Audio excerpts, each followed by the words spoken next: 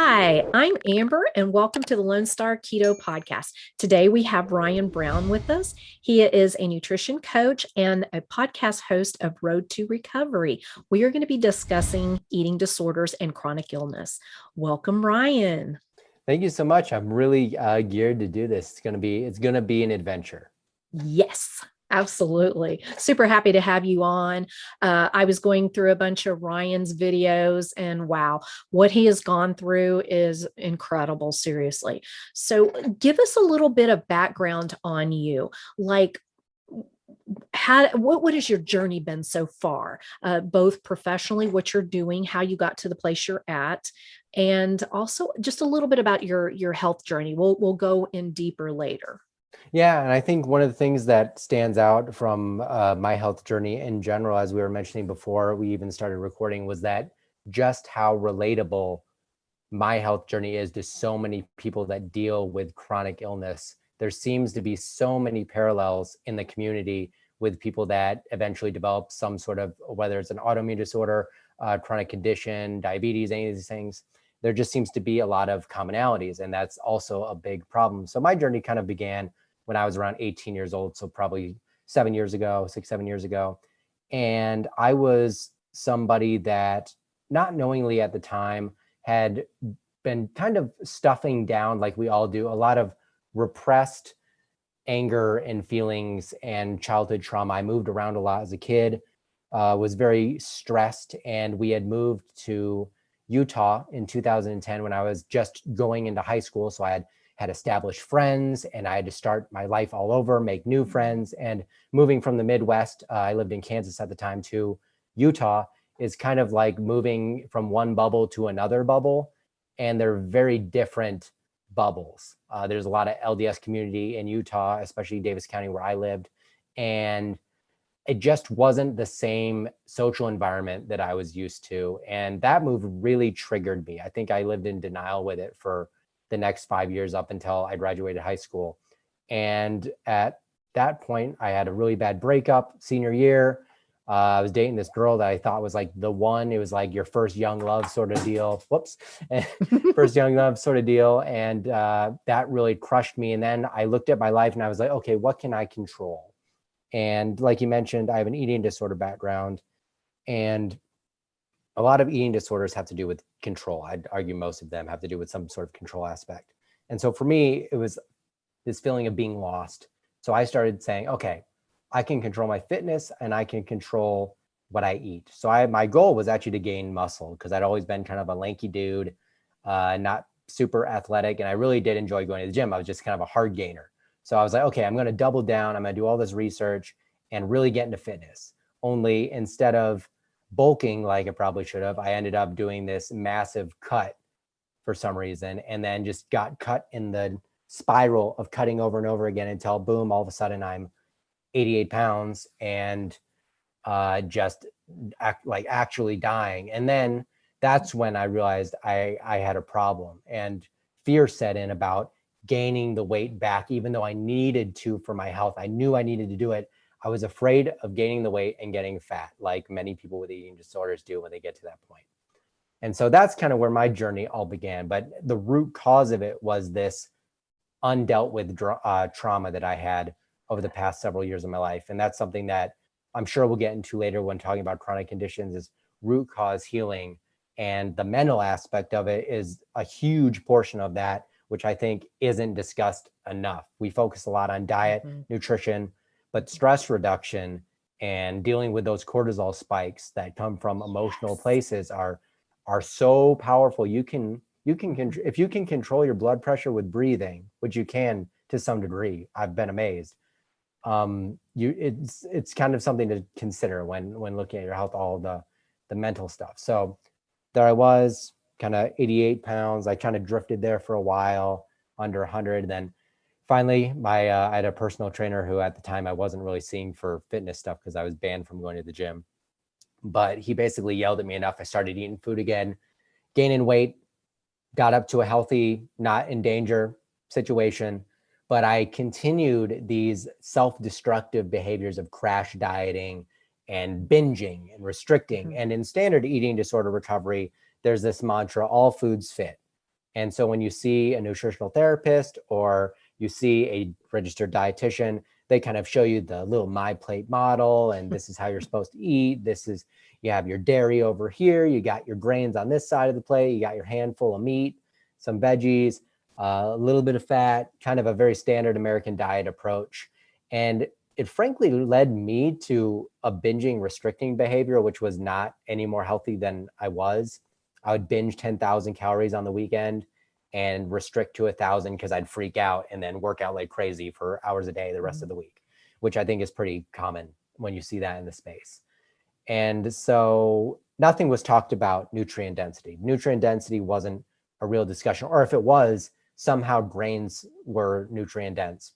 And when you look at them on an applied chronometer or anywhere where you look up nutritional data, it's just not, as far as ratios go to like animal products, for instance.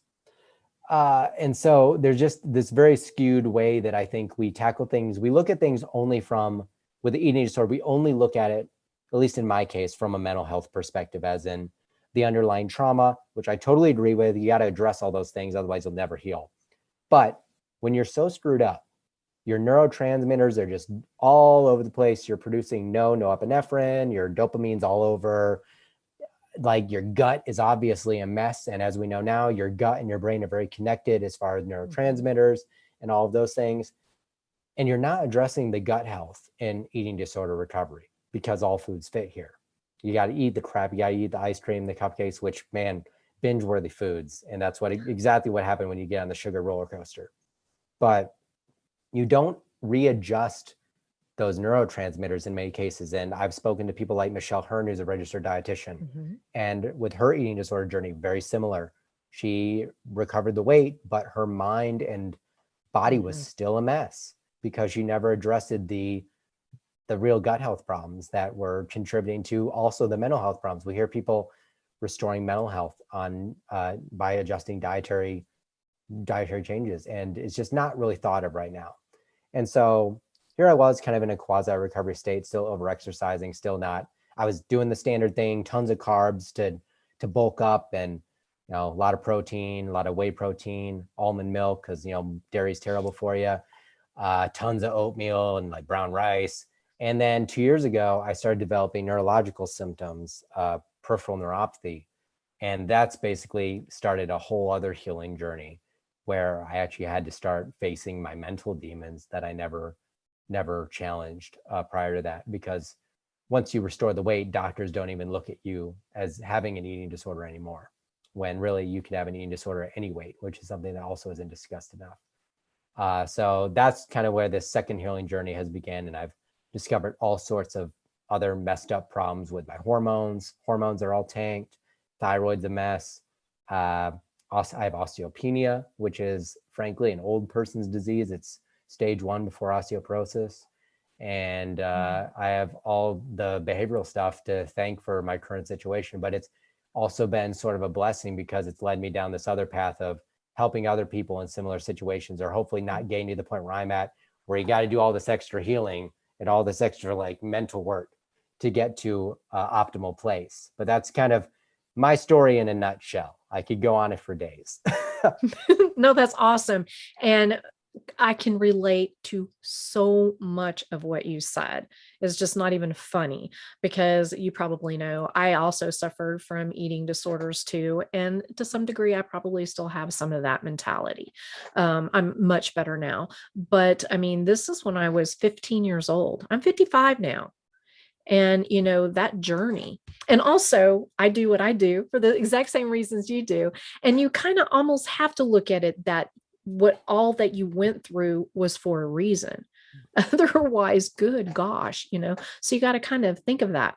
One question I have for you, that I think your experience obviously was going to be different than my experience, but as a male and having an eating disorder, you don't hear about that very much. And I'm guessing there's got to be some kind of the way people view you because you are a man. I mean, men, they don't have eating disorders. How did that affect you? And specifically with those that are trying to help you? Yeah, so that's actually really the antithesis for why me and my podcast partner Tommy started Road to Recovery, was because we were two dudes who we found each other on Facebook, basically, I think in a YouTube Facebook group, but we both had this eating disorder problem. He's a huge advocate for males with eating disorders, and it's a huge problem within society, because I think you wouldn't know it, but if you went to the gym, I guarantee you there are going to be dudes there that have body dysmorphia at the Mm-hmm. very least. Whether or not they're dealing with the other physical problems is kind of moot, because the gym is just full of people with, but I mean, we're just built to have body dysmorphic minds in the society we live in today, unfortunately, whether you're a man or a woman. But with men specifically, my experience, and this is only my experience, I don't even remember clinically ever being diagnosed with an eating disorder other than giving myself the diagnosis at a point, Mm-hmm. because my GP never once specifically looked at me and said, like, look, you have an eating disorder. We need to get you into therapy. We need to get you like seeing a dietitian. I kind of was left alone in this journey. I kind of had to do everything for myself. And to an extent, it wouldn't have mattered had someone told me, because when you're in that mindset and your mind is so repressed from the lack of, nutrition, and you're just not thinking like a logical human being against your will, like you just have no choice because your brain cannot logically think. Um, I didn't have the willingness to actually listen to anyone I met with anyways. But the funny thing that really struck me was that my parents, who I was, living at home at the time, I was 18, 19 years old. I just graduated high school and was going to college locally, commuting. So I lived with them. They really didn't notice I had an eating disorder until it was like me being bottomed out. And I think my dad saw me with my shirt off one time. And that was the first time he ever thought, like, damn, Ryan has a real problem. And when you're a parent of a kid with an eating disorder, and a guy for that matter, how do you approach that? Like, no, you aren't taught that in a user manual of how. I mean, it's bad enough, having to learn to be a parent, like we all will have to do at some point. You're not given a great user manual for that. You kind of learn on experience. But how do you approach someone like that? Because like people with eating disorders aren't super receptive, especially in the beginning when they are in that denial phase like I was, and you don't want them to restrict more. So as far as being a male in that situation, I was met with basically nothing. I don't think anybody, the greatest person that I ever had was my very first therapist I went to, who was a woman, but had a lot of male clients with eating disorders. And she was the first person I felt like I could open up to and get to see me for the actual underlying childhood trauma had been there the whole time. And so that's why having a support system and really getting into therapy, even if you're not super receptive, but just gotta just get yourself in there for several sessions and give it a shot. And just to have someone that will listen to you is super important. And luckily I did have my friend Tommy at the time, who had gone through all of this for years. And so he was someone I could kind of lean on. But basically Tommy and my therapist were the only two people that ever really, I think, acknowledged my eating disorder as an eating disorder. So, what made you go, ooh, I have an eating disorder? What was that point? Do you remember when Yeah. that really hit you? Yeah. So I was in college. I was studying digital media. I think it was my second year of college. And I was in a digital media class. We had to do some filming projects for class. So we were filming outside of one of the buildings, and I had to jump off a ledge that was about 1 foot high and jump into the frame of the camera. And I leaped off, and I couldn't hold my own body weight upon impact. So I just hit the ground and my whole body collapsed. I was probably lucky that I didn't crack a femur or something on landing because of just how malnourished I was. But just in that moment when I fell and realized that I couldn't even hold my own body weight from 1 foot drop, that was like, man, Ryan, you need to really address this. Now, did I acknowledge that I had all of these mental aspects to my eating disorder that I needed to fix? No. That was like several years later that I really started working on that. But from a physical standpoint of knowing I had a problem that needed to change now, that was the very beginning for me. And here's something that I think people don't fully understand, and you just hit on that, is how past trauma, regardless of if somebody else thinks that what you went through was trauma or not, was very real to you, and it can actually affect your physical health. Oh yeah. Can you Oh, talk yeah. a little bit about that? Because I don't think that's really talked about enough. Oh yeah, and this is something that I do like the functional medicine approach to looking at, root cause healing. But we could debate philosophy on the nutrition aspect of that. But the philosophy of like it's more than just like eating the food and all this stuff. There's this whole, and this is the part that I actually hate doing with the functional medicine approach and the approach I take to like clients or other people in the community is working on like we were talking about nutrition with Judy earlier, and you bring this up on your page a lot on Instagram, is just like stress. Stress, stress kills. Like that saying is an absolute truth. And so all of the mental stress does contribute to physical ailment. So people who experience like high blood pressure and even like heart disease and like various things, a lot of times you'll meet them, they have like very stressful, whether it's work lives, social lives, past trauma. So all of those things raise something in your body. It's a hormone called cortisol, which I'm sure people that have listened to this podcast know very well, cortisol. But when there's good stress, bad stress. So short stresses are really good, like short bursts of exercise. But when you're in an eating disorder, specifically with exercise addiction, as well as restrictive, feeding behaviors, you're spiking cortisol 24/7 because your cortisol in that moment is actually good because it's keeping you alive. Without the cortisol at 88 pounds, I would have been dead probably. My body was not going to function. I'm actually surprised that when I went in and did like liver kidney tests that I had no crazy abnormalities. I was very fortunate in that sense at the time. Unfortunately, that delayed my recovery because I thought I was fine. But when you're in a chronic cortisol state, which even after gaining back to a good healthy weight maintenance and you think it's all over, if you continue things like overexercise, which is why even healthy people at healthy weights can have spiked cortisol all the time. If you're overtraining, which is a very real thing, or like chronically caffeinating yourself all the time, or you're stressed with work 24/7, your cortisol is going to be high all the time. And that really disrupts other hormones. You need less testosterone, estrogen. It dilutes all of those because you're in fight or flight, and humans are just not designed to be in fight or flight all the time. And the longer you're in that state, the harder it is to bring it down.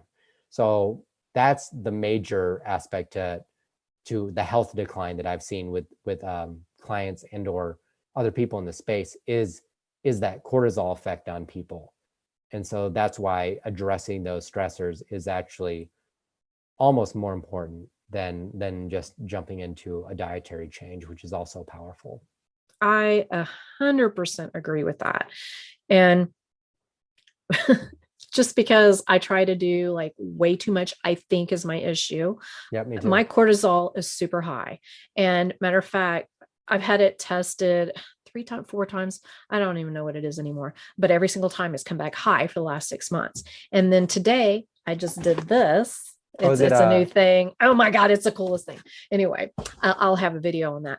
Fantastic. But basically it's like it's a pea strip, but it's like this really hefty duty one. And it tests multiple things like magnesium and cortisol and all that.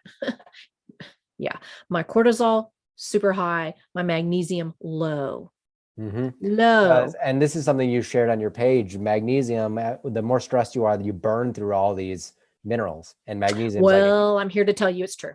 Yep, it's fact. I'm there too. My magnesium, when I tested it, was really low. I did a HTMA hair mineral test, and it was just like I'm excreting it like a mother. It's gone. Yeah. That is so sad. And I take supplements, and I have been taking supplements for a while now. And I wasn't expecting it to be as low as it was. I really wasn't. I expected my cortisol to be high. Yeah. Why would it not be, right?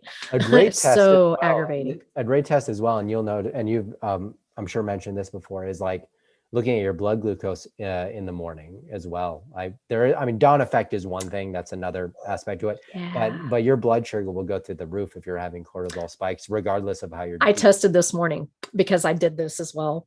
And it also has ketones, that you excrete, which I don't excrete ketones really because I freaking use them, right?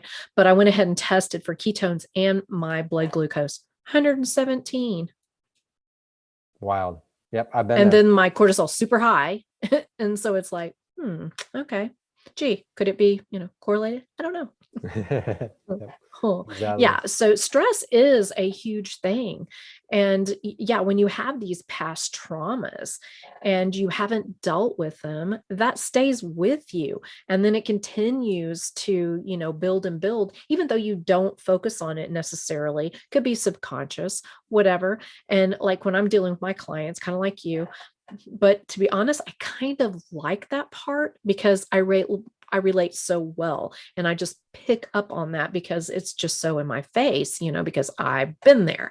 And then we talk about that. And sure enough, they immediately, something clicks and they're like, whoa, yeah, yeah. And then they just break out crying. And I'm like, yeah, that's where you need to start right there.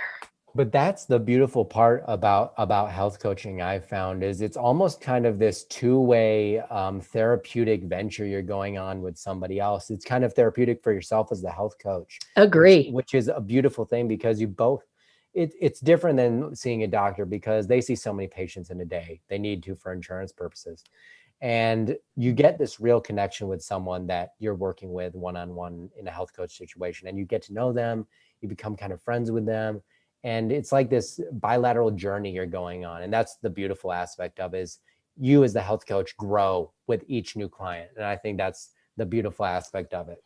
I agree with that. Oh my goodness, I agree. And I think that's what I love about it, honestly, besides the fact of helping other people, because, even if you dislike somebody, you still don't want them to suffer like you did. So if you can do something to help them not get to where you had to go, learn from me. Don't Amen. make the same mistakes. Amen. I'll be your guinea pig. I've already done it. So I agree with you there. Okay, so back to eating disorders. When you accepted the fact that you did have an eating disorder, what did you do? Like, how did you transition yourself to start healing? Because you didn't go to a clinic, I'm assuming you did this on your own, and I did too. Yeah. So I get it. Yeah. I think that was also part of the male dogma too. I don't think they would have put me in a clinic based on the fact that I was a dude. I think it was kind of like in denial for people. If I was a woman, they would have put me in there like right away. I guarantee you, 100%. And it wouldn't have helped me. I would have gained weight and then I would have relapsed immediately after because I didn't work on any of the mental stuff. But honestly, I kind of sat there for a little bit because I was kind of in fear. It's like a limbo stage. And it kind of happens when you're diagnosed with a chronic condition as well. We're like, man, like I know I need to take action, but is this action going to make me worse? Because that's the thing you don't want to do is I don't want to do something that's going to make me worse. Unfortunately, you just have to learn that you're going to make tons of mistakes on this healing journey. And that's how you actually learn what works. You just got to experiment and go forward. But so what actually got me going was I was seeing a personal trainer at the time. Like I mentioned before, I was actually banned from exercising at the gym. They wouldn't let me exercise, but I would meet with this guy one time a week.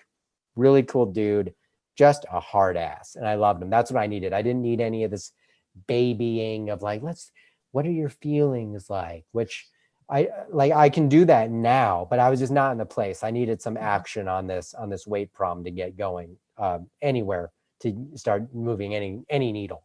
And so he would just yell at me every single week to eat food, basically, like lots of eggs. Lots of eggs, lots of steak, just eat food.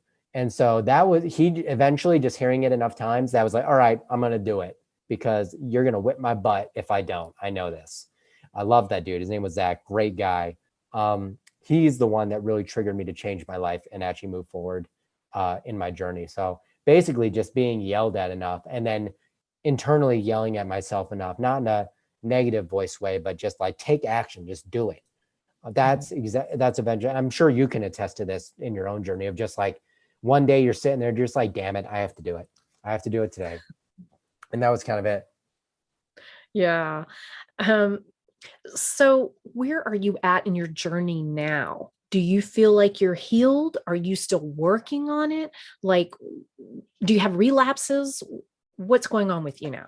I am 100% still working on stuff. Mostly the mental work, because that's the thing I delayed the longest, as we all do. Mm-hmm. So it's been really for me, and I even work with health coaches myself. Shout out to people like Rebecca Farmer, who's awesome. Oh, love her. One She's of my just favorite people. she's really helped me just reconnect and give myself grace, which is so important. Mhm. You gotta just be like, you know what, today is not going to be today was not perfect, but I'm doing my best. And sometimes your Mhm. best is enough. And as long as you keep striving, that's the best thing. Just don't give up on yourself. That's the one thing, if anyone takes away from this, is just don't give up on yourself. But really, having a support system, having a loving family that has been with me the whole time has been truly what's kept me going. So right now, I'm still tackling some of it kind of, as we'll get into in a moment, we'll be talking about chronic conditions. That kind of flipped the nail on the head for me, because I was kind of in the whole standard eating disorder recovery approach, all foods fit, like trying to incorporate fear foods and all this stuff. And when I started getting neuropathy, that kind of changed my tune a little bit, because, okay, now I got another problem, which standard American diet is not going to be helping. so that one kind of flipped me on a curve. So that's kind of where I'm at now, is been learning about stress reduction as well as the powers of nutritional therapy, and then combining those two things. So that's kind of where I'm at right now. And also taking that knowledge and giving it back to people I work with, or that I just know personally. So that's kind of where I'm at now. I've definitely addressed a lot of the demons. I feel like I'm past a lot of the mental hurdles. I'm at this point where I'm just like, I'm going to do whatever it takes to get better, as much better as I can get. And that's all that matters to me. As far as body dysmorphia goes, I Mm. don't really have a real issue with the way I look. In fact, I'm just like, you know what? I got to keep getting better, is kind of where I'm at mentally. Because I used to be, now one thing with eating disorders is a lot of people do this thing called body checking, where they'll like pinch Mhm. themselves. Me, it was just like looking at my abs all the time. Like at the gym, I think people were probably disgusted with me, because I would lift my shirt up like every 10 seconds, like, are they still there? Are they still there? All right, it's still there. We're fine. But letting go of those things has been probably the hardest aspect of my journey. And I finally just kind of jumped over that hurdle. So that's something I'm really proud of, as far as that goes, because I think that's a big one, is It the body is. checking stuff. Oh, it is. Yeah. So, but really just learning to just love yourself the way you are. It sounds cheesy as hell, but that's really where you have to get to, is just this, like, it sounds cheesy, but you just got to say to yourself, I do a lot of positive mantras, a lot of positive affirmations. I'm a big proponent of that. Write 10 of them down, put them on your mirror, read them every morning. One of mine is, I'm perfect and I'm just going to keep getting better, but I'm perfect the way I am now. Like, you need to accept yourself where you're at. If you keep doing this negative voice spiral, it's just going to tear yourself down over and over again. So if you can do one thing right now, 10 positive affirmations, do it.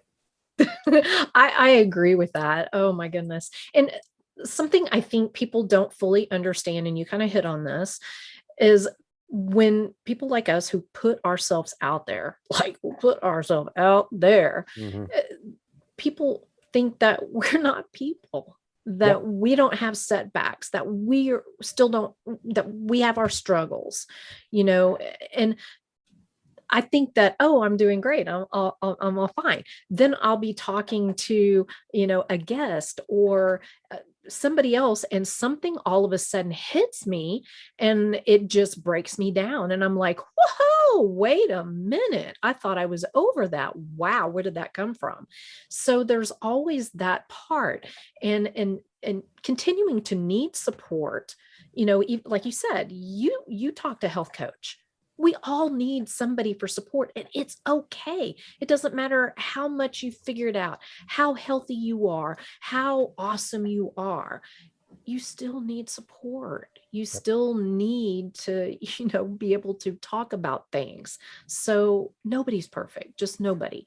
That's going to be a post for me later this week, is talking about how people get stuck in these dogmatic paradigms of following influencers who put out this perfectionism all the time. And if you were to speak to them behind closed doors, I guarantee you, everyone I've spoken to, everyone I've looked up to, like yourself, Nutrition with Judy, all these people, Michelle Hearn, everyone is dealing with some sort of baggage on the other side. Yeah. And the minute you start realizing that, it's kind of a minute you can look inwards and be like, you know what? I have baggage too, and that's okay. And that's what I need to focus on. I don't need to be ashamed of having problems still, because we all got problems. It's just denying them is the issue. I think the more open people like you and me can be on our platforms, the better it is for everyone that is consuming that content.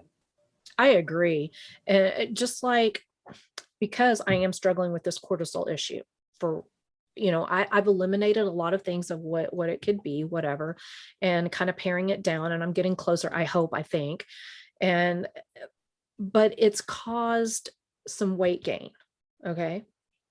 And this whole situation we're in, I don't even want to give a name to it because I'm so over it, but the situation. And so and a lot of people this has happened to.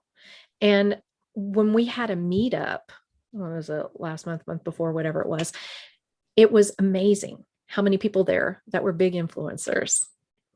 And some that we just talked about, talked about how they felt insecure because they were afraid they were going to be judged for not being perfect, for not living up to this, influencer person or whatever you want to say, And so to me, I think you have to be real. I mean, I don't want to put all my crap out there, but at the same time, it's like, I have issues too. Hello, I'm still working on stuff. Good God, this cortisol thing is making me nuts.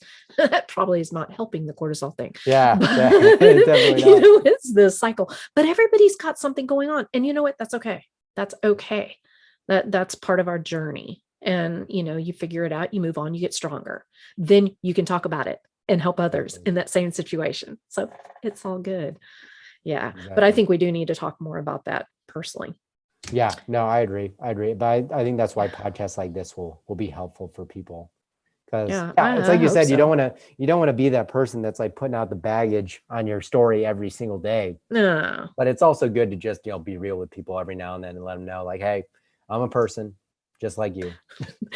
Like uploading the unedited version of a video on YouTube. Yeah, that was awesome. My first reaction, I'm not going to lie, I freaking panicked.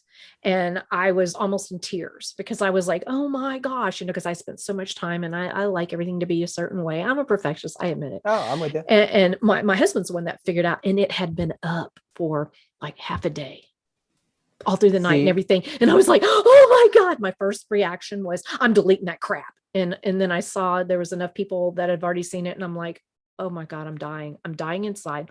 And then I watched it and I was like, you know what? You're a freaking person.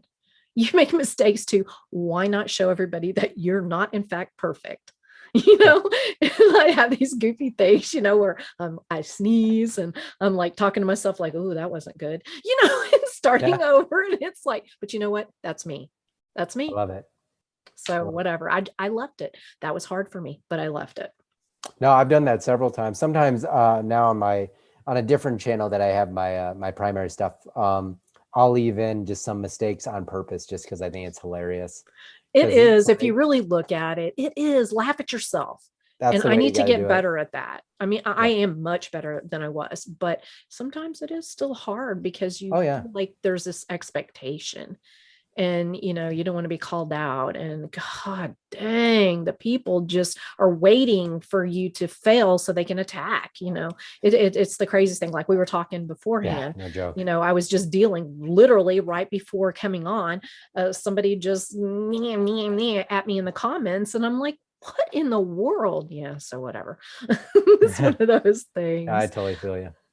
Okay, so let's go ahead and move on to the chronic illness issue. Talk about what happened with you because my goodness, just one thing after another. And I think people need to understand how people who have these chronic illnesses that are not so easy to diagnose are treated. Yeah. So for me, I started basically 2 years ago, summer of 2019. Just got back from an awesome trip to Europe, visiting, my cousins in UK. It was great. It was the first trip in which I didn't actually like lose weight on a trip, because that was like a big problem for me with my eating disorder, was going out of my comfort zone. And then if we traveled, like not eating because I was Mhm. just not comfortable. But I had a big win. I didn't lose any weight. It was great. Got back, was feeling pretty good. Still, unfortunately, at the time, had this really bad overexercising behavior still, that I was not addressing. And I knew I was overdoing it mentally, but I just wasn't addressing it, which is, other stuff that I've had to work on over the last 2 years. But I started, one night I was just sitting, hanging out in my apartment, and my hands started tingling. And I was like, oh crap, what is that? Started texting around, maybe some carpal tunnel, which is probably not too uncommon for a dude that's working on the computer all day, making videos, editing stuff. So I wasn't too worried about it. But within a couple of weeks, it basically spread to my entire body, just having this tingling, kind of numb feeling all over my body, my face, my butt. That was crazy. And I went to the doctor. I went to urgent care several times. They kind of brushed it off. It's like, probably just some pinched nerves. You're working out too much. Which the working out too much was definitely on point. But the thing that got me was no one was, sending in a referral to see a neurologist, despite the fact that this thing had spread from hand to toe to face in a good matter of weeks. It seems kind of odd that I would pinch like 12 nerves in a matter of days. And that was kind of the beginning of my frustration with the current medical system and how we see things. I was not referred to anyone at all. And so eventually I went into urgent care, and I basically begged to get an MRI because I was convinced I had MS. I was sure of it because I was just doing all this research. I was also freaking myself out. So my cortisol was even higher than normal, which it was normally high. They actually put me on Klonopin at one point as sort of a sedative to kind of knock me out because I was not sleeping and I needed something to take me down. Now, after I researched Klonopin, I was like, dang, I need to get off this because this is going to mess me up later down the road. And luckily, I was only on it for a few weeks, and I was actually able to taper down really quickly without any adverse reactions, because benzodiazepines are a whole other story, which Michaela Peterson gets into a lot on her podcast with her father and stuff like that. But so eventually I got to see a neurologist. I pushed every doctor I saw to do all of these tests. I was basically my own advocate the whole time, as is everyone with a chronic illness. They have no idea what's going on. You end up being your own best advocate. You end up being the one that does all the work. I was telling my doctors what tests to look up. I basically was not relying on them at all. And they were running all these tests. All of it was coming back normal. Hated that. Eventually, I got a skin punch biopsy, and I was diagnosed with something called small fiber neuropathy, which is just sensory neuropathy in the sensory nerve. So it's not picked up by a thing like an EMG, which is a standard protocol test for a neuropathy. And in fact, they told me I didn't have neuropathy and I just had anxiety because I passed that test. But they, neglected to tell me there was another type of neuropathy for which that test didn't test for. So I had to do my own research for that. However, as you know, neuropathy is more of a symptom, as is are most chronic conditions, than it is a disease in and of itself. An autoimmune disease too is also usually a symptom of an underlying problem, usually gut health related at the very, very root. But no one told me that. And so that was another thing I had to self-discover. And kind of my last straw with the current medical system was I went and saw the top research experts. I somehow weaseled my way in, cracked my foot through the door of the highest levels of neurology, and was seen at Mass General Hospital in Boston, which is like really hard to get in to see anybody. So I traveled there, spent thousands of dollars, like traveling, staying for a week to see a doctor that turned out to not even specialize in my form of neuropathy to begin with. And So I basically came out of that appointment having spent thousands of dollars to go there with no information. And that was kind of the last straw for me. I was very disappointed. That's when I started kind of finding this world of functional medicine. I discovered people like Dr. Terry Walls and her MS journey with diet, nutrition, lifestyle, all these things. And I was like, man, this is the missing link to chronic disease. And so that has basically led me to the rabbit hole of things like carnivore for therapeutic purposes, just as lifestyle. Never really did the vegan thing. I never went down that route because my podcast partner, Tommy, was vegan for 4 years, and that actually ruined his health. So I never really had an interest in even discovering anything about that, because I kind of already knew that was a route that was probably not going to end up well. So that really was kind of my journey into where we're at currently with the way we view medicine and the things you share specifically on your page and the things I share on my page, and talking about just how broken our system is and how driven by the pharmaceutical companies everything is to keep people sick, to drive sales and not heal people, but not kill people kind of stuff. And talked to Michelle Hearn about this so many times, I can't even count. But that's kind of been my journey with chronic illness, and then finding what real root cause healing is, as Judy would say. Absolutely. What is on, why are you wearing the braces? Yeah, so I have some carpal tunnel right now. And this just helps me for when I'm doing computer work, as opposed to wearing one of those nasty looking braces. It just keeps my wrist a little more neutral without having to think about it. Unfortunately, if you're into getting a tan, which I am, because the sun is magical, you get a really fancy tan mark where it's like wearing the long socks that I was not anticipating. So I've started having to like alternate taking them on and off. But it's mostly it's a reminder to keep my wrists in a neutral position more than anything. So that's kind of the dealio with those. Out of curiosity, right now, as we're talking, are you in pain? A little bit. I have a little bit of back pain from some of the osteopenia stuff. So working on a lot of core strengthening for stuff like that. I have a lot of like physical, I'm doing like the whole 9 yards, like physical therapy, like nutrition stuff. So mental health stuff. But I'm mildly aggravated almost all the time. And unfortunately, it's kind of one of those situations that a lot of people with like fibromyalgia, for instance, get, where you just have it so much, you're just used to it. Unfortunately, I don't feel like we need to be that way. I don't feel like being comfortable with that is a good thing, but that is kind of where I'm at right now. I still have a ways to go, but I'm okay with it. You know, it's a learning curve. And so I look forward to learning more. Okay, let's talk a little bit about what you've coined, or you said, medical gaslighting. Oh yeah. Talk about what that means and how you experienced that. Yeah, I mean, well, for me, the main gaslighting was the denial of any sort of medical problem with me other than mental. Like it was all chalked up to me being stressed, anxious. They wanted me on Lexapro, which I went on. I was on Lexapro, I was on Klonopin. I didn't go like the whole 9 yards of like being on all these like tropic drugs that a lot of people unfortunately get to. Wasn't on like Zofran or any of those like crazy things. But most of my gaslighting had to do with me being basically a hypochondriac. My current business partner, I think he still thinks I'm a hypochondriac, which to an extent, you know, isn't a totally inaccurate statement. But when you're going to see multiple doctors and you're not getting answers, it's almost impossible to not go a little stir crazy and want to find out, because like when you're in constant aggravation, it's not really something you can just ignore.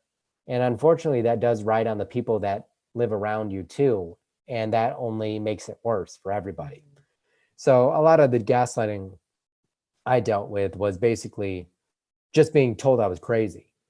And like I said earlier, you have to be your own best advocate, because they're going to give up on you otherwise. They're not going to push for you. They got 15 other people they got to see right after your 5 minutes is up. So that was the main experience with gaslighting I saw. And that's why I'm a huge advocate for people speaking up in their doctor visits, coming in with notes prepared and being stern, not angry, but stern with their doctor of, look, I'm concerned with this. Can we look at this? Have suggestions for them, because they're not thinking of all the options. I guarantee it, because they're also thinking about the next person they got to see, the last person they saw. Right. And to some extent, it's not their fault. They're put into Right. a system where they need to see 100 patients a day, and that's a lot of stress for anybody. The So system's broken. The system's whole entirely system broken. is broken. Yeah. So yeah, it's just a mess. Yeah. And I hear this a lot. And I think it is so sad for somebody to go into a doctor. And like you said, some of it is really not their fault. But like you're now diabetic. So here's your insulin, here's your metformin, whatever. It's just the way it is. It's just A the way it nutritionist is. talked about it all, which is No, something. no. But I'll go see a nutritionist or a dietitian, and then make sure you eat, 150 calorie, 150 carbs per meal, or whatever the ridiculousness is. I don't even know anymore. Yeah, you want to know how that worked out for my cousin? Yeah, he's missing half his foot. He is on dialysis. He just had a triple bypass, and he's missing toes on another foot. That's how it worked out. He followed the ADA guidelines. Yeah, it's a true mess. That's why it's kind of I'll see like I'll get emails or spam emails, or I'll see ads on TV for all the diabetic drugs, and I'm like, man, I lowered my A1C using this drug from 11 to 7, and I'm like, that's not very good. And it's like, man, just you could do this with food, and that's the frustrating thing. It is you're treated like there is no alternative. You have to accept this. You just have to accept the diagnosis, accept that you're always going to be diabetic now. Yep. Nothing you can do. So just eat your carbs, take your insulin. If you eat more carbs, just up it a little, because you're diabetic. It's just, oh my goodness. And then day after day after day, I see people who have reversed that. Yep. Now, yeah, if they went back to eating, the crap again, of course, yeah, they become diabetic again. So you can call it reverse or whatever you want to call it. But to be told to basically just accept it.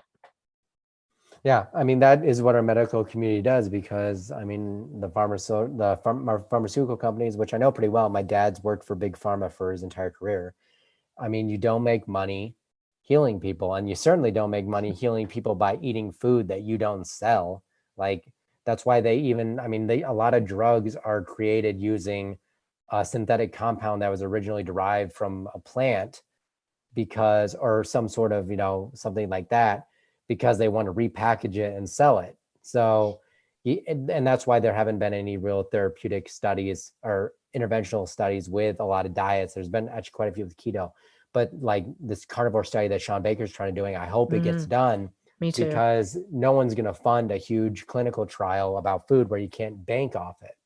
So that's why I also never take, nutritional epidemiology. I always read it with like a huge grain of salt or a bucket, big time, because they change their mind every other week, because it's all just based on questionnaires. So exactly, diet nutrition's a big, I mean, it's a powerful tool, but it's also something where like you really got to get into the weeds and try and see what works for you, because there's just not a lot of hard data on anything, because no one's going to fund it. That's exactly right. And as we were discussing before we started, the one person who was attacking me in a comment saying I was giving misinformation, etc. She was just all about this. You are not giving the right information. So, you need to just move on.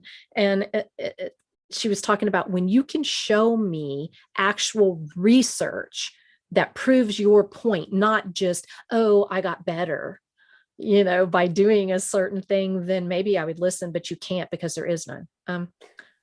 Yeah, there isn't actually. Yeah. but I'm going to believe somebody who thousands and thousands of people who testify, and I've experienced it myself.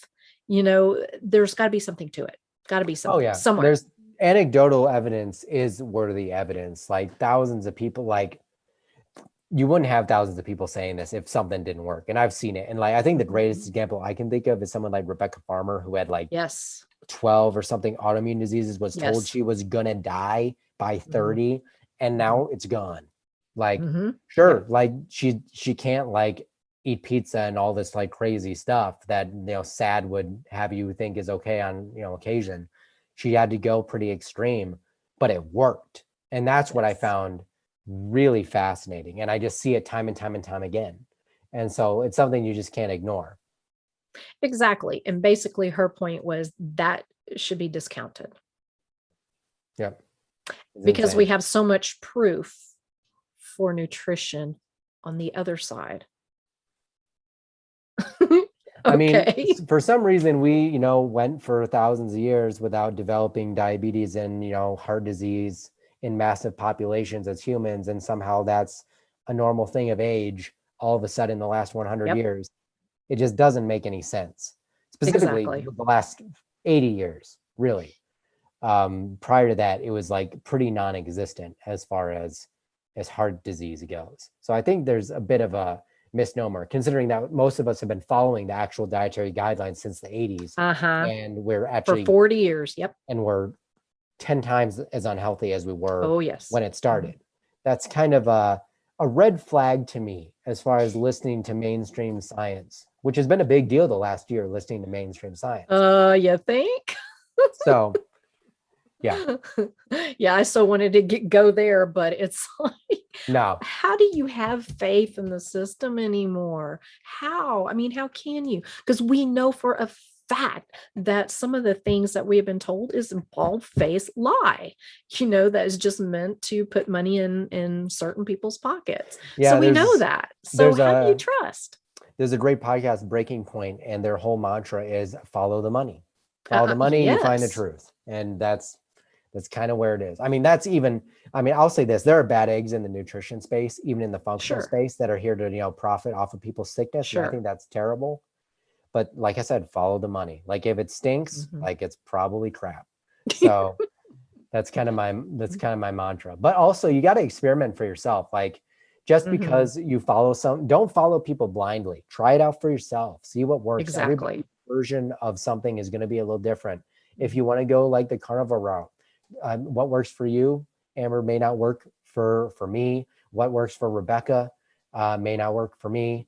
But I guarantee you're going to find a sweet spot somewhere in there of what your body wants and needs, and you'll find that there's going to be something that works for you. You just got to do the trial and error. Unfortunately, we live in an instant gratification world where we all want the simple answer, the simple Mhm. pill, and it just doesn't exist. And the same thing goes for healing a chronic condition, being truly healed from an eating disorder. If you don't want to face the trauma, well, guess what? You're making quasi recovery the rest of your life. So get ready for that. If you're fine with that, go ahead.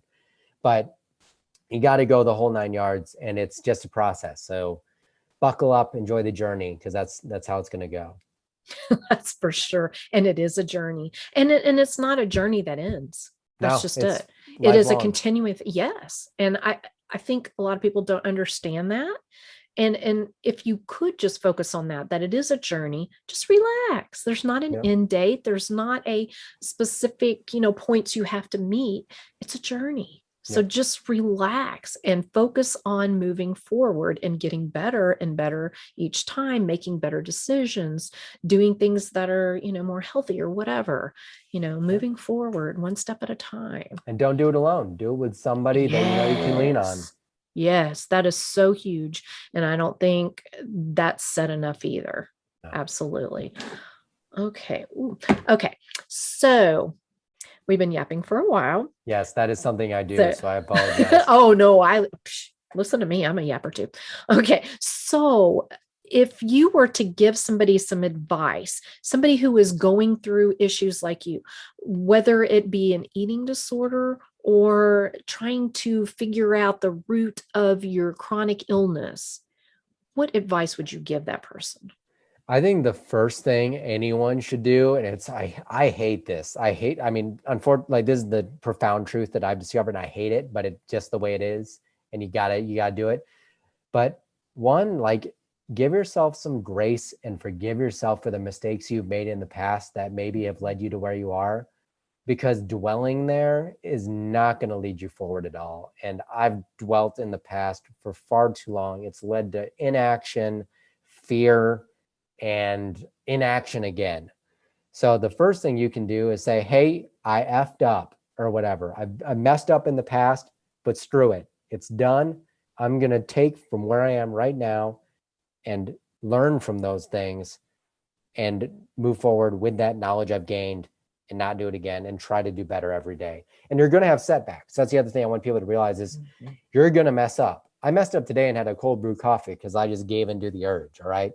I knew I didn't want it. I knew it wasn't good for me, but I gave in. And you know what? I went into it knowing that I was making this decision and I'm just going to be okay with it. There's always tomorrow to get back on track, but just give yourself some grace. It's really hard. It's the hardest thing you'll ever do in this journey is give yourself grace. But that's also where working with someone is really great, because you can have that person to be like, hey, I messed up. And they'll be like, it's okay, but let's get back on the ball. I'm here for you. That's why I say don't go it alone. Have someone you can lean on. That's the one piece of advice I would give to anyone, whether you're struggling with a chronic condition or eating disorder or both. Give yourself some grace. I love that. That's awesome. Perfect ending too, Ryan. Love it. Well, Ryan, thank you so much for coming on and sharing your story and helping out all those that may be going through the same thing that you've gone through. I appreciate you coming on. Thank you. And it's been a blast. Oh, yeah. It was a ton of fun. Thanks, Ryan. Thanks. That was awesome. Bye. Bye.